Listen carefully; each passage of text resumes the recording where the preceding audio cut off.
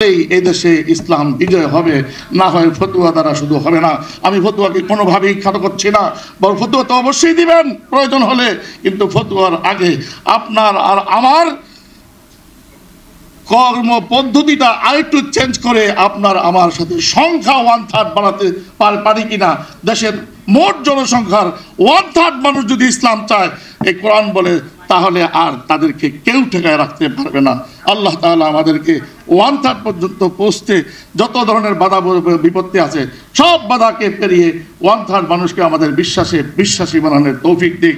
Record থেকে কোরআন তো আপনার জীবনে নাই, আমার জীবনে নাই, আমার বক্তব্যে আছে, আপনার মসজিদে আছে, আপনার গবেষণা করে আছে, কিন্তু আমার জীবনে, আপনার জীবনে তো সেই কোরআনকে আমরা বাস্তবায়ন করার সুযোগই দিচ্ছি না। আর নয় কারা এই দেশটা চালায় এখন? ঐক্যমত্য ইয়ের মধ্যে কারা আছে এই কমিশনে? এই দেশের এই কতগুলো মানুষ না? এদেরকে 8টা করে হাত পা।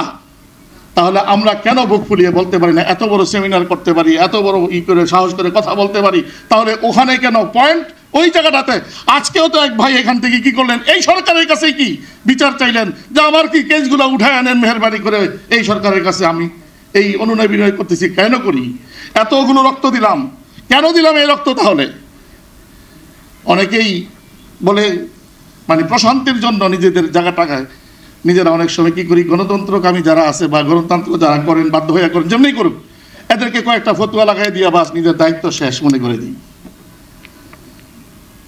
ওই ফতুয়ায় তো কাজ হবে না ভাই, কাজ তো হবে কি এই শাইখদের কথায় যদি আপনি আপনার জীবনে পরিবর্তন আনেন আর সাহস হন।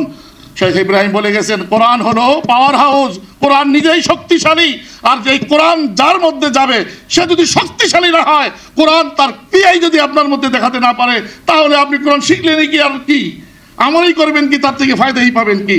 আপনার মধ্যে আমার মধ্যে সেই শক্তি আসতে হবে, হাজারো মানুষের সামনে যেন ইন্নানি মিনাল মুসলিমিন বলে দাঁড়ায় যেতে পারি, আজকে যেন ঐক্যমত্য কমিশনের সামনে দাঁড়াতে পারি। আল্লাহর উপর আস্থা ও বিশ্বাস কার কাছে জিজ্ঞেস করে উঠাইলা তোমরা? নাই আমাদের দেশের মধ্যে। খবর নিয়ে দেখেন, যেটা সংবিধানে ছিল স্বীকৃত সেটাও নাই, উঠাইয়া দিল। এতগুলো মুসলমান, এতগুলো আলেম আমরা এখানে বসে আছি, এই কথাটা বলার সাহস পাই না। আল মুমিনুল কাউইয়্যু খায়রুন ওয়া আহাব্বু ইলাল্লাহি মিনাল মুমিনিত দাঈফ। পড়াচ্ছি, নিজেও পড়তে হাজারো বার পড়ছি, কিন্তু ফজিলত পাইছি, সওয়াব পাইছি, এর বাহিরে এর দ্বারা ফায়দা নেওয়ার মতো মানসিকতা আপনার মধ্যে আমার মধ্যে আসে নাই। কেন? যেই দিন আমরা আমাদের এই অংশে, এই আমরা যারা এখানে বসেছি, পজিটিভ ওয়াইতে যদি আপনার কথাগুলো, কোরআনের এই বাণীগুলো, যে আপনাকে আমাকে আসতে হবে ও হাররিদিল মুমিনিনা আলাল কিতালের উপরে, আপনাকে আমাকে আসতে হবে, যে এক কথায় আসতে হবে ওই জায়গাটায়। আল-আনা খাফফাল্লাহু আনকুম ওয়া আলিমা আন্না ফীকুম দাফা, শাশ্বত বিধান করে দিয়েছে আপনাকে। ইয়াকুম মিনকুম মিআতুন সাবিরাতুন ইয়াগলিবু মিআতাইনি ওয়া ইয়াকুন আলফান ইয়াগলিবু আলফাইনি বিইذনিল্লাহ ওয়াল্লাহু মা'আস সাবিরিন। এই কথায় আসতে হবে। 1/3 মানুষকে আপনার বিশ্বাসী বানাতে হবে, আপনার আদর্শে বানাতে হবে। তাদের মধ্যে 1/3 মানুষ, এই দেশের মানুষ 1/3 যদি কোরআনের শাসন চায়, 1/3 যদি এদেশে কোরআন সুন্নাহ অনুযায়ী দেশ চালাতে চায়, তাহলে একটা কথা বড় সুন্দর, কিন্তু পাশ কাটাই আরো সুন্দরভাবে। কর্নেল সাহেব কিছুক্ষণ আগে একটা কথা বলে গেছেন, অ্যান্ড্রয়েডের জন্য অ্যান্ড্রয়েডের কি লাগে? সফটওয়্যারে লাগে। আইফোনের জন্য আবার কি লাগে? আইফোনের নিজস্ব সফটওয়্যার আছে, সেখানেই আপনাকে ডাউনলোড করতে হবে, তাহলেই আপনি এটাকে ব্যবহারযোগ্য করতে পারবেন, তার থেকে উপকৃত হতে পারবেন। এরপরে উনি চলে গেলেন কোথায়? তাহলে কোরআন শরীফ পড়তে হবে, তেলাওয়াত করতে হবে, নামাজ পড়তে হবে, ইত্যাদি ইত্যাদি ইত্যাদি বললেন। কিন্তু আসল জায়গাটায় গিয়ে যেই জায়গাটাতে কী করতে হবে, কোরআন যেই সফটওয়্যারে নামাতে হবে সেই সফটওয়্যারটাই নামালাম না। এই কাজটা কিন্তু আমরা সবসময় করে থাকি। সেটা কেমন? আমার এই কোরআন তো আসছিল কি এই মুহূর্তে, যারা নাকি ঐক্যমত কমিশনে বসে বসে দেশের ভবিষ্যৎ নির্ধারণ করতেছে এখনো, সেই জায়গায় এতগুলো মানুষ আমরা দাঁড়াতে পারছি না যে এখন থেকে, এই বিপ্লবের পর থেকে কোরআনই হবে দেশের চালিকা শক্তি, কোরআনই হবে আগামীর কি আমার সংবিধান। এই কথা আপনি বলতে পারতেছি না, ঠিক কিনা? সংসদ তো আমার সফটওয়্যার, বিচারালয় আমার সফটওয়্যার, বাজার আমার সফটওয়্যার, অর্থ মন্ত্রণালয় আমার সফটওয়্যার, সেই জায়গাতে আমি যাইতেই পারতেছি না। শুধু তেলাওয়াতের জন্য হাজার হাজার মাদ্রাসা আলহামদুলিল্লাহ সারা পৃথিবী আছে। আমার দেশে তো 25 লক্ষের উপরে হাফেজি আছে।